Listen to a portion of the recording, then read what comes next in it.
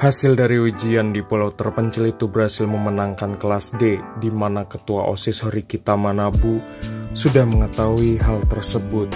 Kemudian dia pun berusaha akan membuat ujian selanjutnya dengan target menguji Ayano Koji. Sementara itu para siswa di sana sedang kukucuprakan bagaikan menikmati liburan. Kushida kemudian mendekati Horikita. Dia pun penasaran dengan apa yang sedang dibaca olehnya. Rupanya Horikita sedang membaca sesuatu. Akan tetapi, Kushida menganggap Horikita sedang membaca sebuah light novel. Singkat waktu, seluruh siswa di sana diberikan pengumuman, yaitu ujian istimewa. Seluruh siswa di sana juga diberikan informasi berupa email. Rupanya, Ayano Koji mendapat undangan ke sebuah kamar nomor 504. Jika ada siswa yang terlambat, akan dikenakan sanksi.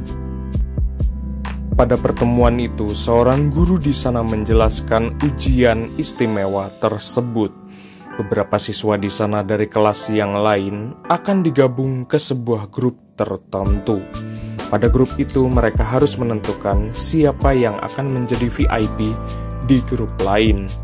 Hadiahnya pun gak main-main, bisa mencapai 1 juta poin.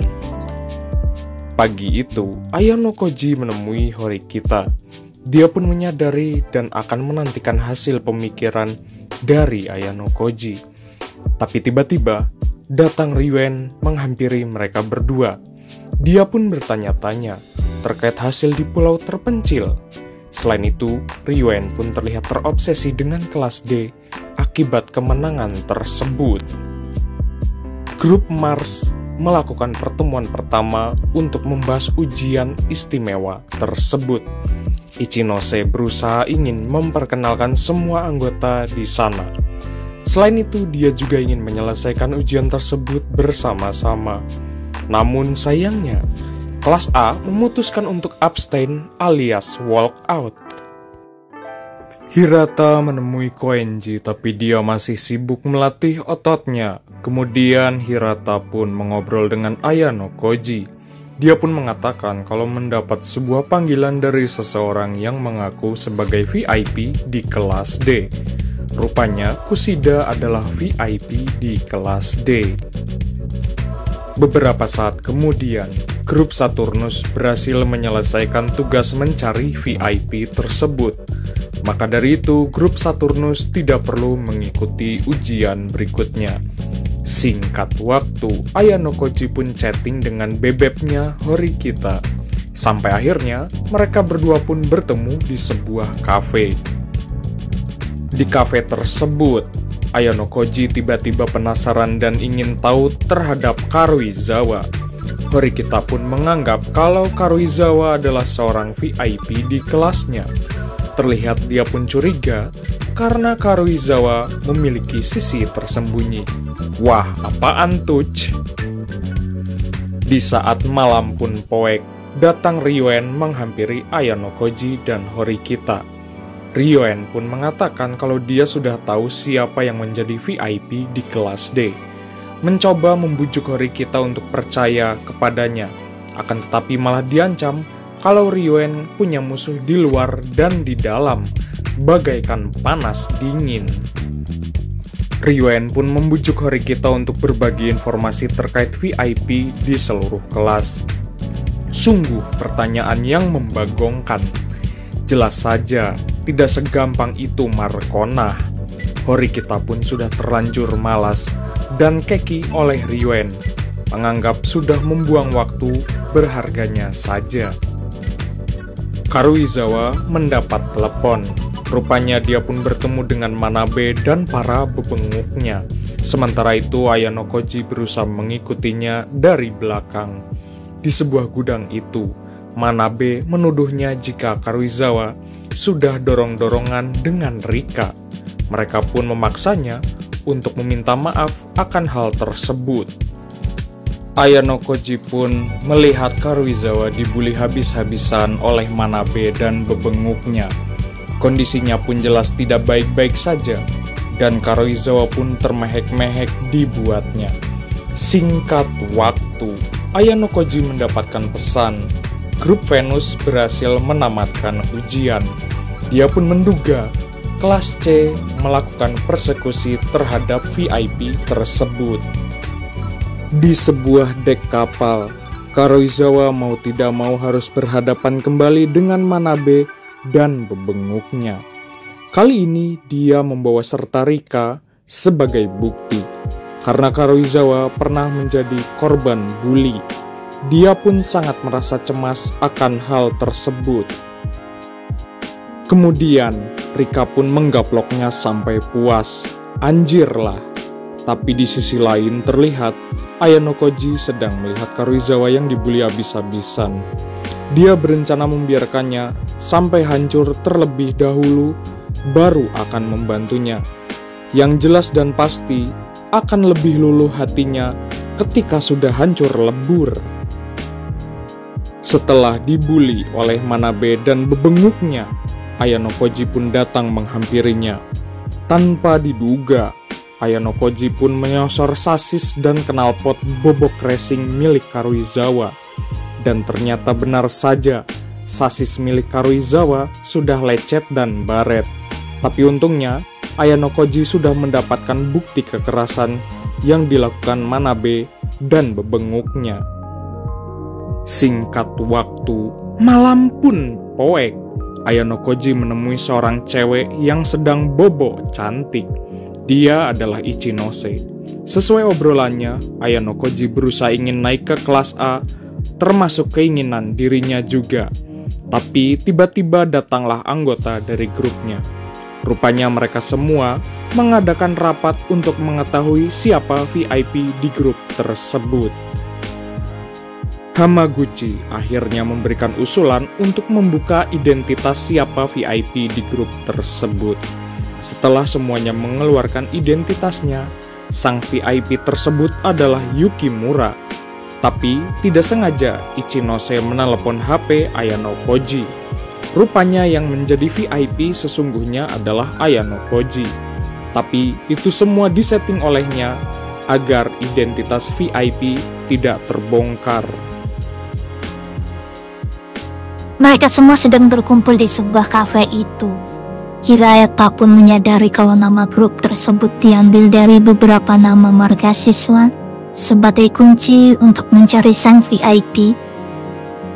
Dan untung saja Rikita pun mengetahui kalau Kushida menjadi seorang VIP di grup Bumi.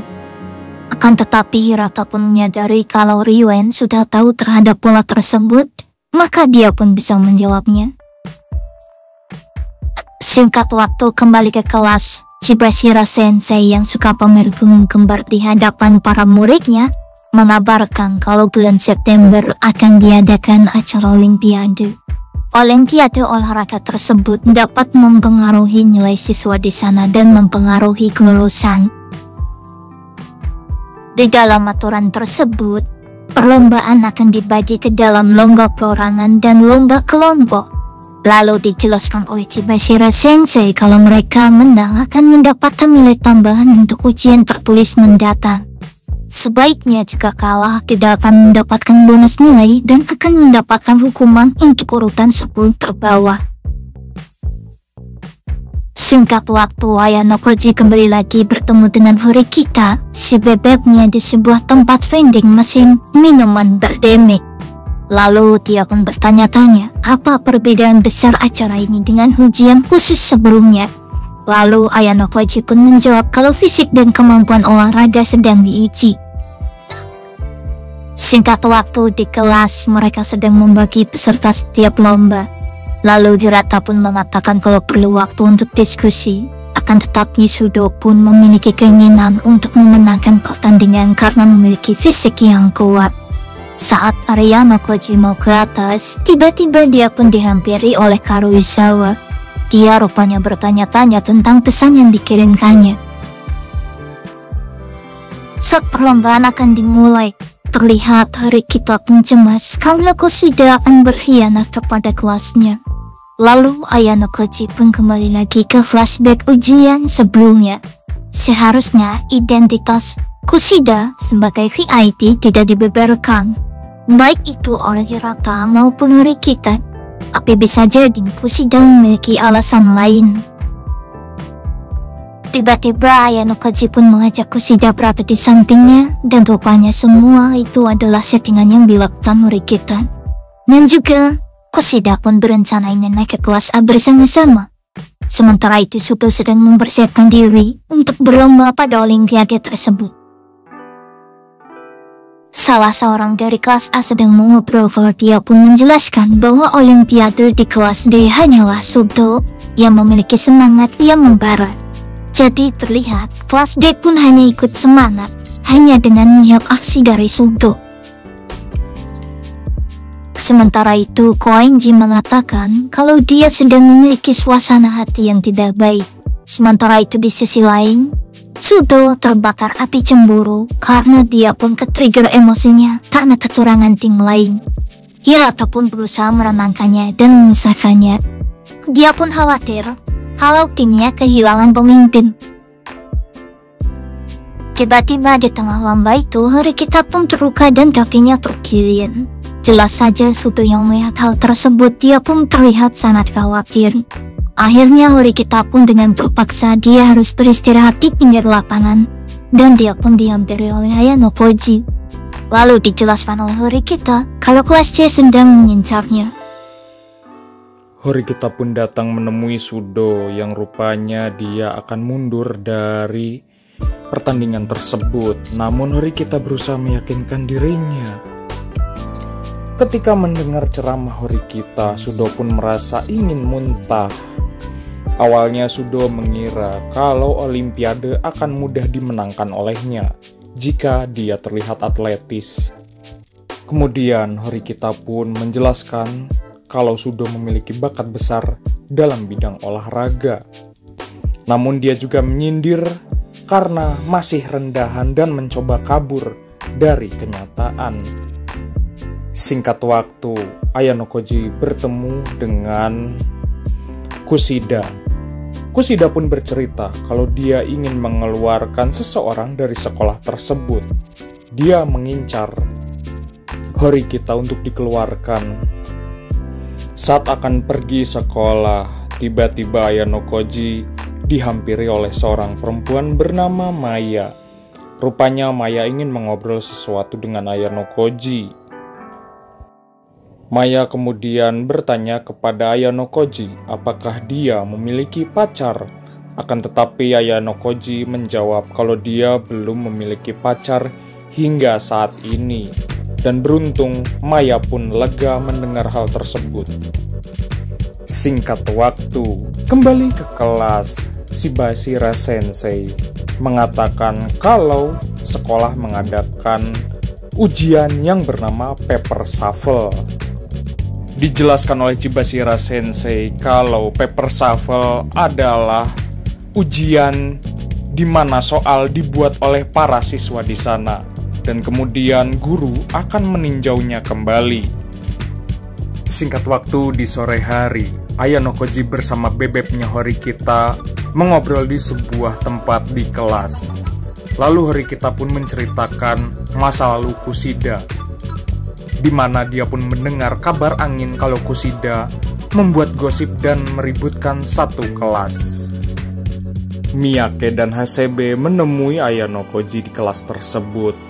Rupanya mereka berdua ingin satu grup dan satu kelompok belajar bareng dengan Ayah Nokoji.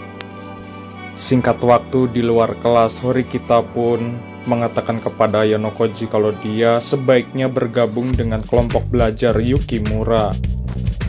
Di sore hari itu, Ayah Nokoji kembali lagi menemui Horikita.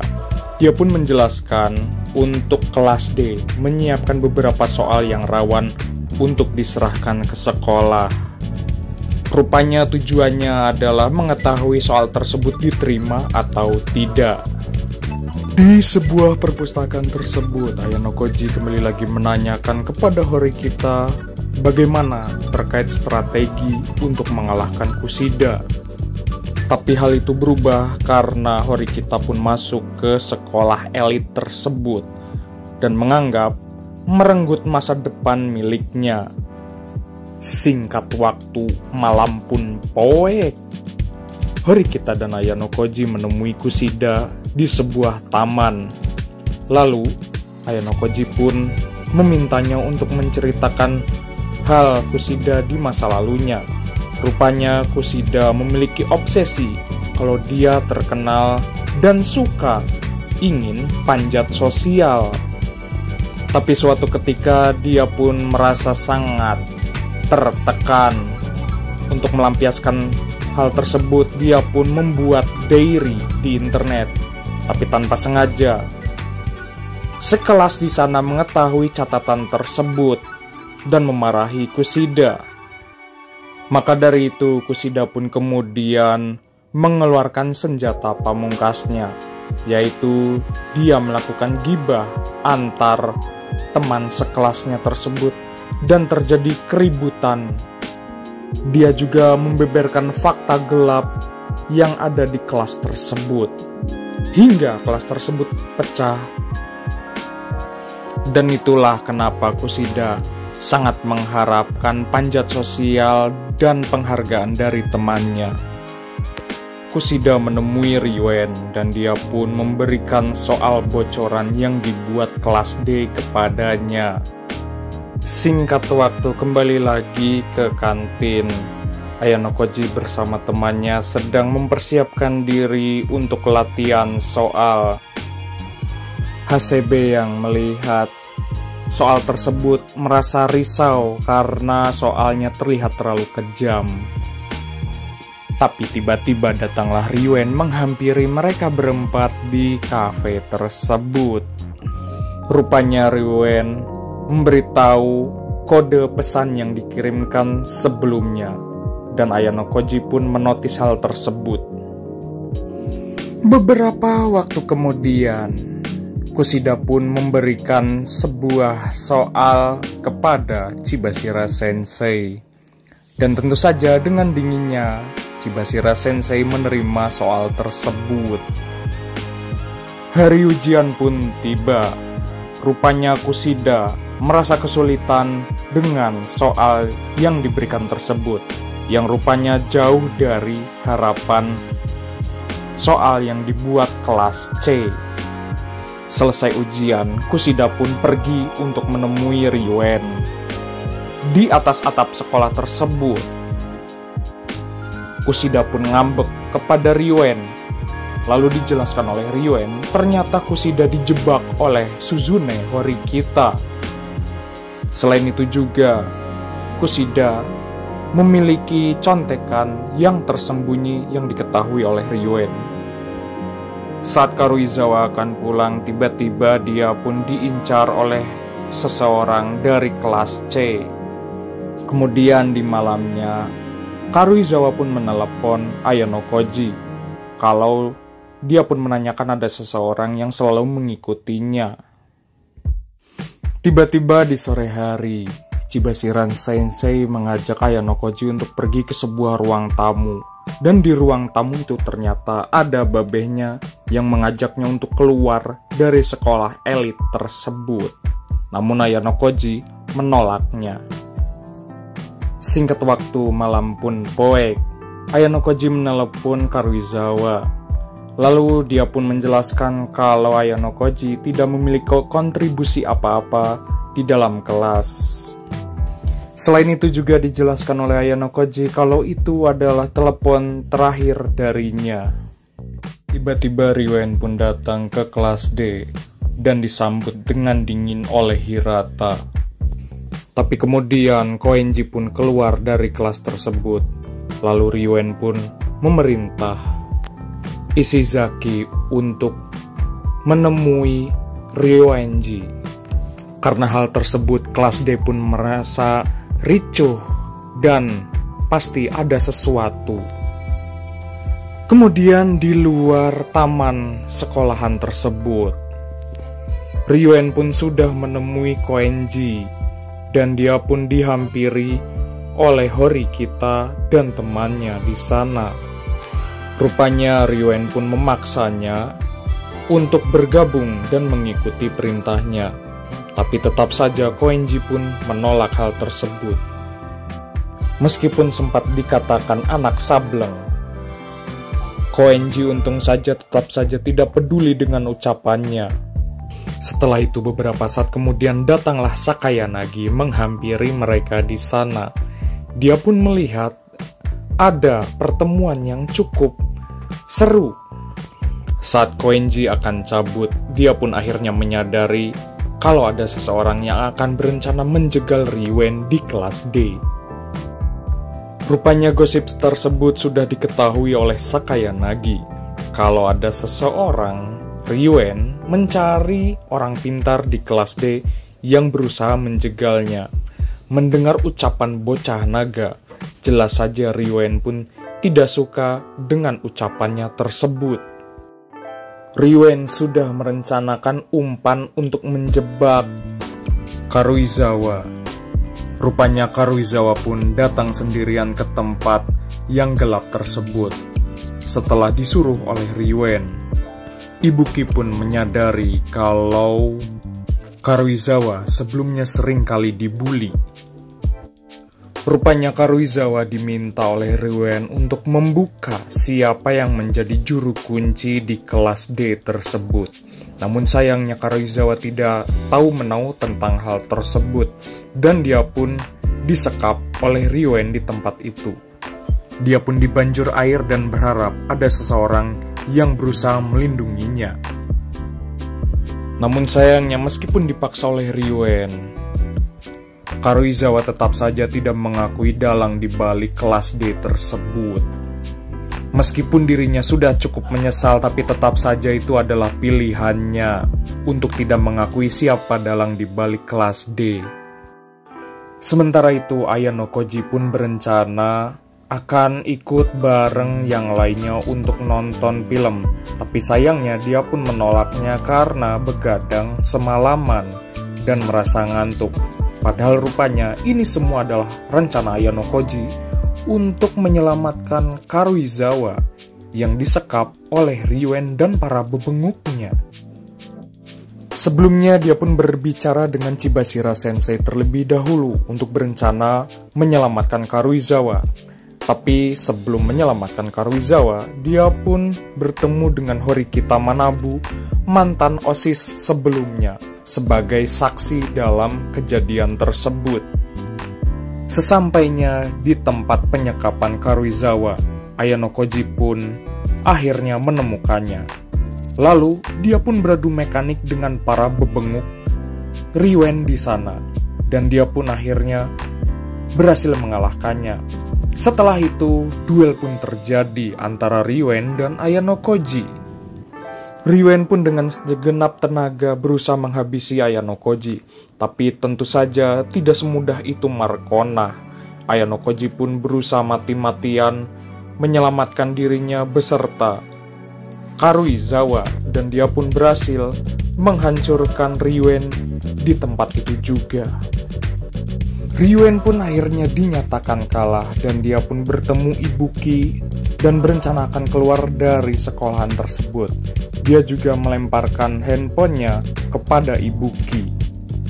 Jelas saja Ibuki pun merasa kesal karena Ryuen dianggap sudah menyerah dengan kondisi tersebut. Singkat waktu, Maya bertemu dengan Karuizawa di sebuah kafe. Rupanya Maya berencana akan kencan bersama seseorang, yaitu Ayano Koji.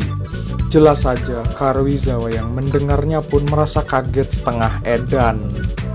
Rupanya dia meminta masukan bagaimana cara untuk kencan bareng dengan seseorang lelaki. Singkat waktu, malam pun poek. Karuizawa rupanya tidak bisa tidur dan dia pun bertanya-tanya apakah Maya menjalin asmara dengan Ayano Koji. Tapi tiba-tiba dia pun menelepon Ayano Koji, yang rupanya dia pun juga ingin memahami seseorang bernama Maya tersebut dan ingin mengetahui gelagat ketika berinteraksi dengannya. Singkat waktu, Ayano Koji kembali lagi menemui Ryuen di pinggir walungan. Rupanya dia ingin mengobrol santai. Rupanya dia pun bertanya-tanya tentang surat pengunduran dirinya ke sekolahan. Rupanya ditulis karena masalah kamera yang dirusak olehnya yang berada di lantai 2. Singkat waktu, Maya kemudian bertemu Ayano Koji untuk kencan bareng. Tapi tanpa diduga datang juga Hirata dengan Karuizawa. Rupanya mereka pun akhirnya kencan bareng bersama-sama. Setelah acara liburan bareng tersebut, Maya pun mengungkapkan rasa sukanya dengan Ayano Koji dan ingin berpacaran dengannya. Tapi sayang, Ayano Koji pun beranggapan lain. Dia pun menolak rasa cinta tersebut dan tidak ingin berpacaran dengannya.